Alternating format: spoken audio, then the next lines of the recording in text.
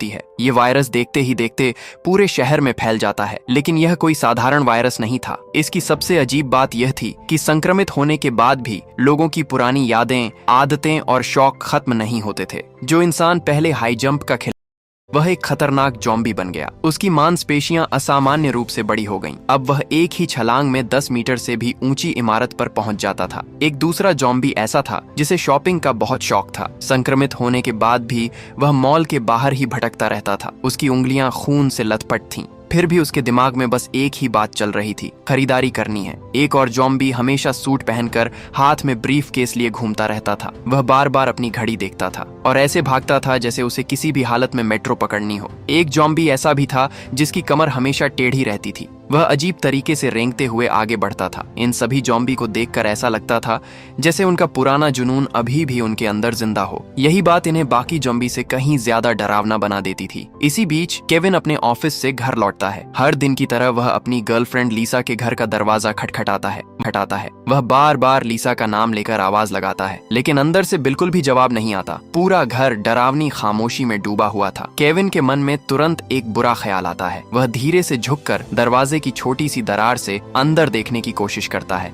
अंदर का नजारा देखकर उसके पैरों तले जमीन खिसक जाती है। लीसा जमीन पर गिरी हुई थी। उसका पूरा शरीर बुरी तरह कांप रहा था। उसके हाथ और पैर अजीब तरह से मुड़ चुके थे। अचानक वह किसी जंगली जानवर की तरह तेजी से दरवाजे की तरफ रेंगने लगती है। यह देखकर केविन बुरी तरह डर जाता है। वह घबराकर बार बार लीसा का नाम पुकारता है, लेकिन अब लीसा पहले जैसी नहीं रही थी और वह सीधे केविन पर हमला करने के लिए झपट पड़ती है। केविन लीसा से बहुत प्यार करता था, लेकिन अब उसके सामने अपनी जान बचाना सबसे बड़ी मजबूरी थी। वह पूरी ताकत लगाकर लीसा को वापस कमरे के अंदर धकेल देता है और दरवाजे को जोर से बंद करके उसे रोकने की कोशिश करता है, लेकिन वायरस ने लीसा को बेहद ताकतवर बना दिया था। वह लगातार दरवाजा तोड़ने की कोशिश करती रहती है। कुछ ही पल में दोनों के बीच जबरदस्त संघर्ष शुरू हो जाता है। आखिर सही मौका देखकर केविन पूरी ताकत से उसे धक्का दे देता है। लीसा पीछे जाकर टेबल के नुकीले किनारे और दीवार से जोर से टकरा जाती है। उसी पल उसकी मौत हो जाती है। लेकिन इसके बाद जो होता है वह और भी ज्यादा डरावना था।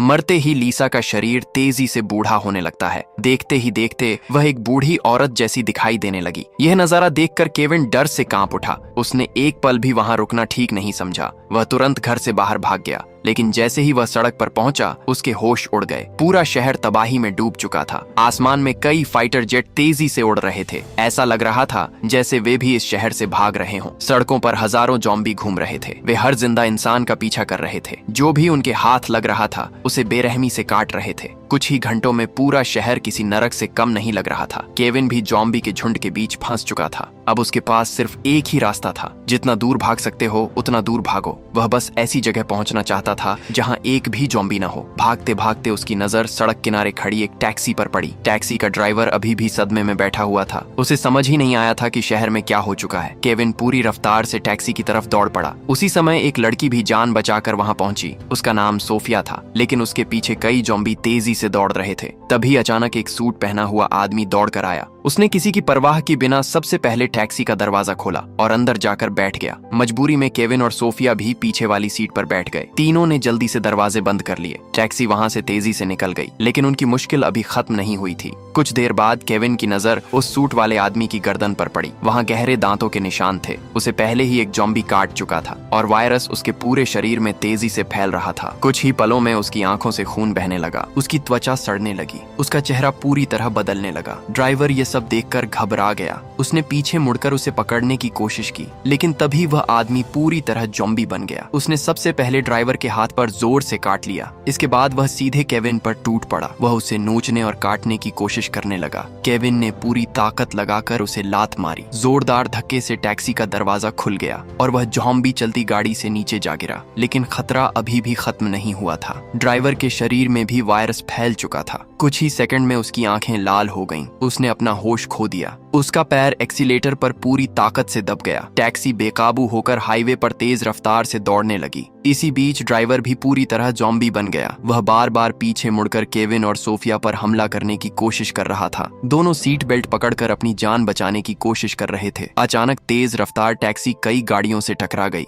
एक जोरदार धमाका हुआ और टैक्सी पूरी तरह पलट गई। कुछ देर बाद केविन और सोफिया किसी तरह टूटी हुई गाड़ी से बाहर निकले। दोनों बुरी तरह घायल थे। उन्होंने चारों तरफ तरफ नजर दौड़ाई। पूरा हाईवे जाम पड़ा था, सैकड़ों गाड़ियां एक दूसरे से टकराकर खड़ी थीं। लेकिन सबसे डरावनी बात यह थी कि वहां कोई भी जिंदा इंसान दिखाई नहीं दे रहा था। दोनों कांपते हुए सड़क पर बैठ गए। उन्होंने तुरंत अपने फोन निकाले। तभी सरकार की इमरजेंसी चेतावनी उनके फोन पर दिखाई दी और जो संदेश उसमें लिखा था उसने दोनों के होश उड़ा दिए। सरकार की चेतावनी में लिखा था कि CQN वायरस ठंडे तापमान में कमजोर पड़ जाता है। जितनी ज्यादा ऊंचाई होगी वायरस उतना ही कम सक्रिय रहेगा। पूरे देश में सिर्फ एक जगह सुरक्षित बताई गई थी, वह जगह थी माउंट फूजी। यह खबर पढ़ते ही केविन और सोफिया ने बिना समय गंवाए वहीं जाने का फैसला किया। उन्हें पूरा यकीन था कि अगर वे माउंट फूजी तक पहुंच गए तो उनकी जान बच जाएगी। लेकिन उन्हें बिल्कुल भी अंदाजा नहीं था कि वहां तक का सफर किसी बुरे सपने से कम नहीं होने वाला था। रास्ते में चलते हुए अचानक केविन की नजर सोफिया के कंधे के पास पड़े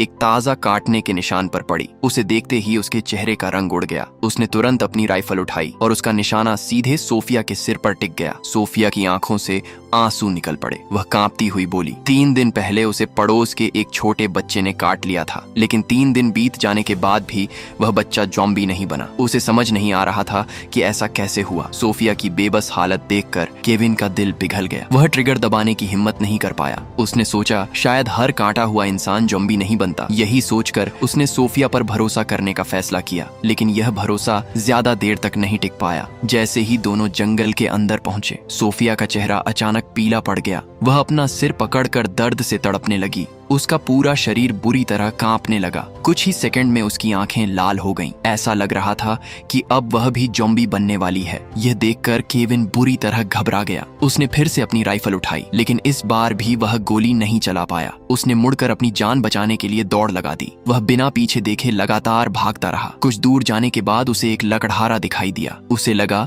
कि शायद आखिरकार कोई जिंदा इंसान मिल गया है। वह मदद मांगने के लिए उसकी तरफ दौड़ा, लेकिन अगले ही पल उसे अपनी सबसे बड़ी गलती का एहसास हुआ। वह लकड़हारा पहले से ही वायरस का शिकार बन चुका था। भूख से पागल वह ज़ॉम्बी सीधे केविन पर टूट पड़ा। जब वह केविन को काटने ही वाला था, तभी अचानक पीछे से किसी ने उस ज़ॉम्बी पर हमला कर दिया। केविन ने पलटकर देखा और जो उसने देखा उसे देखकर वह पूरी तरह हैरान रह गया। वह कोई और नहीं बल्कि सोफिया थी। लेकिन अब वह पहले जैसी भी नहीं थी और पूरी तरह ज़ॉम्बी भी नहीं बनी थी। वह इंसान और ज़ॉम्बी के बीच की एक अजीब हालत में थी। उसकी आंखें बदल चुकी थीं, लेकिन उसके अंदर इंसानियत अभी भी जिंदा थी। उसे इंसानों का खून पीने की इच्छा नहीं हो रही थी, लेकिन अब वह सामान्य खाना भी नहीं खा सकती थी। बाद में केविन को समझ आया कि सोफिया को एक छोटे बच्चे ने काटा था। शायद वायरस की मात्रा बहुत कम थी, इसी वजह से उसके शरीर में एक अलग तरह का बदलाव हुआ। वह पूरी तरह ज़ॉम्बी बनने के बजाय आधी इंसान और आधी ज़ॉम्बी बन गई। यह सच जानकर केविन ने राहत की सांस ली। वह वापस सोफिया के पास गया, उसने उसे सहारा दिया और दोनों फिर से माउंट फूजी की तरफ चल पड़े।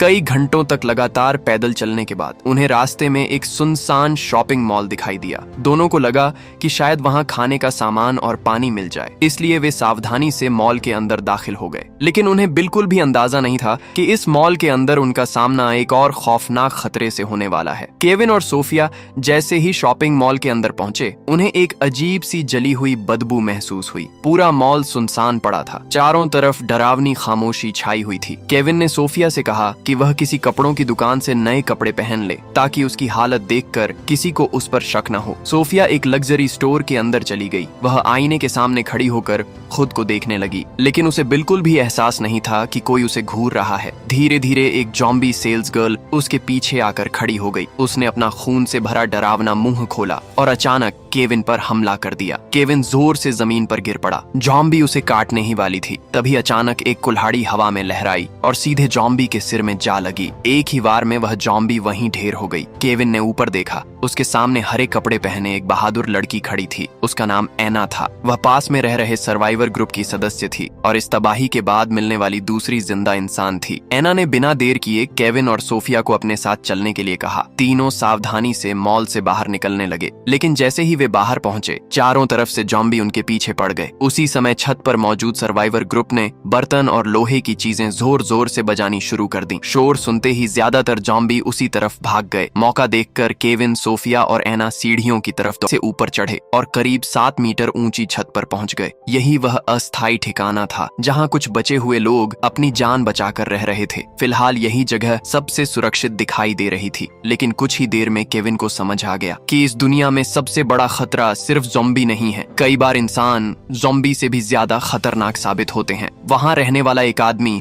जिसका नाम ब्रूस था, उसकी नजर शुरू से ही केविन की शिकार वाली राइफल पर थी। ब्रूस और उसके साथी अचानक केविन के सामने आ गए। उन्होंने सोफिया को पकड़कर जमीन पर गिरा दिया, फिर केविन को धमकी दी अगर उसने अपनी राइफल नहीं दी तो वे सोफिया को मार डालेंगे। केविन मजबूर हो गया, लेकिन तभी अचानक सोफिया के माथे पर बंधी पट्टी नीचे गिर गई। उसकी लाल आंखें और बदला हुआ चेहरा सबके सामने आ गया। अब सभी को पता चल गया कि वह पूरी तरह इंसान नहीं रही। यह देखकर वहां मौजूद लोग डरकर पीछे हट गए। ब्रूस भी एक पल के लिए घबरा गया, लेकिन अगले ही पल उसने मौका देखकर केविन की राइफल छीन ली। उसके आदमियों ने केविन को बेरहमी से पीटना शुरू कर दिया। कुछ ही मिनटों में केविन बुरी तरह घायल हो गया। अब इस उजड़ी हुई दुनिया में कोई कानून नहीं बचा था। जिसके हाथ में बंदूक थी, असल ताकत उसी के पास थी। राइफल मिलते ही ब्रूस खुद को इस शेल्टर का नया मालिक समझने लगा। वह सभी लोगों पर हुक्म चलाने लगा, यहाँ तक कि उसने पुराने लीडर डेविड की भी बेइज्जती कर दी। डेविड सब कुछ चुपचाप देखता रहा, लेकिन उसके मन में बदले की आग जल चुकी थी। उधर एना ने चोरी छिपे सोफिया का इलाज किया और उसे सबसे छिपाकर एक सुरक्षित जगह पर रखा। हैरानी की बात यह थी कि आधी जॉम्बी बनने की वजह से सोफिया का शरीर बहुत तेजी से ठीक होने लगा। उसे देखकर केविन को थोड़ी राहत मिली, लेकिन बिना हथियार के वह पूरी तरह बेबस था। वह चाहकर भी ब्रूस का सामना नहीं कर सकता था। इसी बीच ताकत के नशे में चूर ब्रूस ने एक नया फैसला लिया। उसने सभी बचे हुए लोगों को इकट्ठा किया और कहा कि अब वे अंडरग्राउंड मार्केट में जाकर खाने पीने का सामान और दूसरी जरूरी चीजें ढूंढेंगे। लेकिन उन्हें नहीं पता था कि वहां उनका सामना अब तक के सबसे खतरनाक जॉम्बियों से होने वाला है। ताकत खोने के बाद डेविड के अंदर बदले की आग भड़क उठी। आखिरकार वह भी मजबूरी में ब्रूस के ग्रुप के साथ अंडरग्राउंड मार्केट जाने के लिए तैयार हो गया। सभी लोग चुपचाप सड़कों पर फैले जॉम्बियों से बचते हुए आगे बढ़ने लगे। कुछ देर बाद वे एक अंधेरे अंडरग्राउंड शॉपिंग मॉल में पहुंच गए। वहां चारों तरफ घना सन्नाटा था, सिर्फ टॉर्च की हल्की रोशनी ही उनका रास्ता दिखा रही थी। इसी बीच मौका देखकर डेविड चुपचाप सबसे अलग हो गया। वह एक बड़े खंभे के पीछे जाकर छिप गया। उसके दिमाग में सिर्फ एक ही बात चल रही थी, ब्रूस से बदला लेना। जैसे ही बाकी लोग आगे बढ़े, अचानक पूरे मॉल की सारी लाइटें जल उठी। उसी के साथ तेज आवाज में म्यूजिक बजने लगा। यह देखकर सभी के चेहरों का रंग उड़ गया। उन्हें अच्छी तरह पता था जॉम्बी सबसे पहले तेज आवाज की तरफ भागते हैं, यानी ये किसी ने जानबूझकर लगाया हुआ मौत का जाल था और यह सब डेविड ने ही किया था ब्रूस से बदला लेने के लिए। वह पूरे ग्रुप की जान दांव पर लगाने को तैयार हो चुका था। जैसे ही रोशनी फैली, सामने गोदाम में रखा ढेर सारा सामान दिखाई देने लगा। एक पल के लिए सबको उम्मीद जगी, लेकिन अगले ही सेकंड चारों तरफ से जॉम्बियों का सैलाब उमड़ पड़ा। कुछ लोग संभल भी नहीं पाए और देखते ही देखते जॉम्बियों का शिकार बन गए। यह देखकर ब्रूस पूरी तरह घबरा गया। उसने केविन की छीनी हुई राइफल उठाई और लगातार गोलियां चलाने लगा, लेकिन गोलियों की आवाज ने हालात और भी खराब कर दिए। अब पहले से कहीं ज्यादा जॉम्बी उनकी तरफ दौड़ने लगे। सबको अपना सामान वहीं छोड़कर भागना पड़ा, लेकिन जब वे बाहर निकलने पहुंचे तो उनका रास्ता पहले ही बंद हो चुका था। मॉल का हर एग्जिट जॉम्बियों से भर गया था। अब बच निकलने का कोई रास्ता नहीं था। उधर मॉनिटरिंग रूम में खड़ा डेविड यह सब देख रहा था। उसके चेहरे पर अजीब सी मुस्कान थी। उसने म्यूजिक की आवाज और भी तेज कर दी। अब दूर दूर के जॉम्बी भी उसी तरफ आने लगे। कुछ ही मिनटों में पूरा अंडरग्राउंड मॉल मौत का मैदान बन गया। हर तरफ चीखें गूंज रही थीं। एक एक करके ज्यादातर लोग मारे गए। सिर्फ एना और सोफिया बच पाईं, क्योंकि वे पहले से ही दूसरी जगह छिपी हुई थीं। चारों तरफ बिखरी लाशों को देखकर एना डर से कांप उठी। उसने बेहोश सोफिया को अपने कंधे का सहारा दिया और केविन को ढूंढने के लिए नीचे अंडरग्राउंड मॉल की तरफ दौड़ पड़ी। लेकिन उसे नहीं पता था कि वहां हालात पहले ही पूरी तरह बेकाबू हो चुके थे। उधर केविन लगातार जॉम्बियों से लड़ रहा था। ब्रूस के लगभग सभी आदमी मारे जा चुके थे। उनके पूरे ग्रुप में अब गिने चुने लोग ही बचे थे। इसी अफरा तफरी में केविन की नजर जमीन पर पड़ी। वहां ब्रूस की गिरी हुई शिकार वाली राइफल पड़ी थी। केविन ने बिना देर किए उसे उठा लिया। उसी समय एना सोफिया को लेकर नीचे पहुंच गई, लेकिन जैसे ही वे आगे बढ़ीं, उनके सामने अचानक डेविड आ गया। उसकी आंखें पूरी तरह लाल हो चुकी थीं।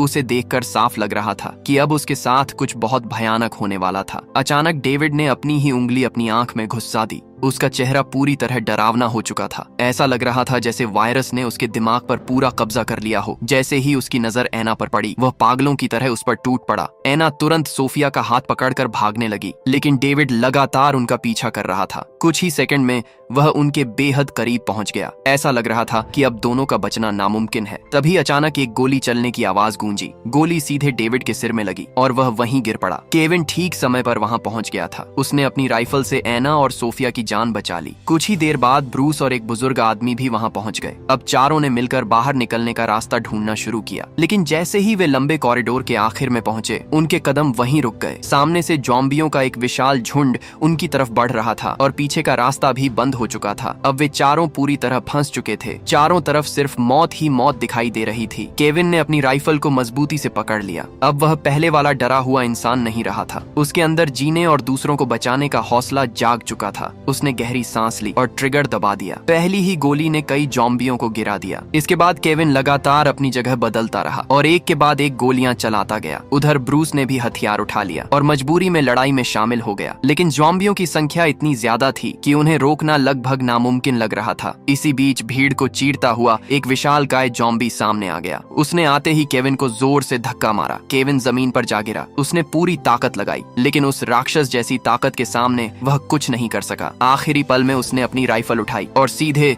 उस ज़ॉम्बी के सिर पर गोली चला दी। गोली लगते ही वह जमीन पर गिर पड़ा और केविन किसी तरह उसकी पकड़ से बाहर निकल आया। लेकिन दूसरी तरफ ब्रूस की किस्मत ने उसका साथ छोड़ दिया। वह चारों तरफ से ज़ॉम्बियों से घिर चुका था। कुछ ही पलों में ज़ॉम्बियों ने उसे दबोच लिया और वह वहीं मारा गया। उधर बुजुर्ग आदमी का सामना अपनी ही पत्नी से हो गया। वह भी अब एक ज़ॉम्बी बन चुकी थी। हैरानी की बात यह थी कि उसके अंदर अपने पति की हल्की सी याद अभी भी। वह धीरे धीरे उसके पास आई और उसकी बाहों में झुक गई, लेकिन अगले ही पल उसने उसकी गर्दन पर काट लिया। बुजुर्ग आदमी समझ चुका था कि अब बचना नामुमकिन है और दोनों ज़ॉम्बियों की भीड़ में हमेशा के लिए खो गए। अपने साथियों को एक एक करके मरते देख केविन का गुस्सा फूट पड़ा। अब उसकी हर गोली सीधे ज़ॉम्बियों के सिर में लग रही थी। आखिरकार उसने लड़ते लड़ते बाहर निकलने का रास्ता बना लिया, लेकिन तभी अचानक ऊपर से जोरदार धमाका हुआ। छत को तोड़ते हुए एक विशाल साया नीचे आ गिरा। वह वही खतरनाक हाई जंप ज़ॉम्बी था जो एक छलांग में इमारत की छत तक पहुंच जाता था। अब असली राक्षस उनके सामने खड़ा था। उसे देखकर केविन के हाथ कांपने लगे। उसने अपनी राइफल चेक की। उसमें सिर्फ 2 गोलियां बची थीं। केविन ने निशाना साधने की कोशिश की, लेकिन हाई जंप ज़ॉम्बी बिजली की रफ्तार से दाएं बाएं घूम रहा था। उस पर निशाना लगाना लगभग नामुमकिन था। अब वह राक्षस धीरे धीरे केविन की तरफ बढ़ने लगा। केविन ने बिना देर किए आखिरी गोली चला दी। गोली सीधे हाई जंप ज़ॉम्बी के सिर में लगी। एक जोरदार धमाके के साथ उसका सिर फट गया। तीनों को लगा